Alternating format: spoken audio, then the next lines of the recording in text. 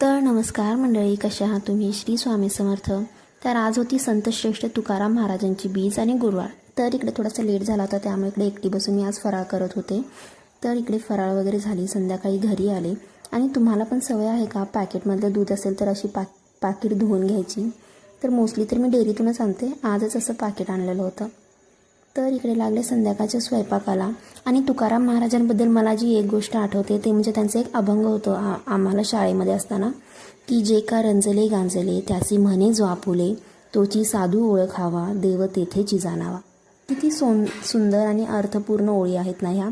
तर आपली महाराष्ट्र ही संतांची भूमी म्हणून ओळखली जाते. आणि का नसावे, इतके श्रेष्ठ संत आपल्या महाराष्ट्र भूमीत होऊन गेलेले आहेत की त्यांच्याकडून, त्यांच्या चरित्रातून आपण जितकं शिकेल, जितकं घेईल ते कमीच आहे. आणि संत तुकाराम महाराजांचे विचार तर इतके महान आणि इतके अर्थपूर्ण होते की जितके त्यांच्या अभंगामधून प्रत्येक गोष्ट शिकण्यासारखी आहे. आणि ही गोष्टच किती अप्रतिम आहे की कोणत्या तरी संतासाठी त्याच्या भक्तीने देव इतके प्रसन्न झाले की आकाशातून त्या व्यक्तीला घेण्यासाठी, त्या संताला घेण्यासाठी एक पुष्पक रथ आलं. म्हणजे देवाला किती लळा असेल त्या व्यक्तीचा, त्या संताचा, त्याच्या भक्तीचा. माणसं ही नेहमी वेगवेगळ्या कारणावरून एकमेकांना जज करत राहतात, पण देव फक्त तुमची भक्ती आणि तुमची श्रद्धा पाहते.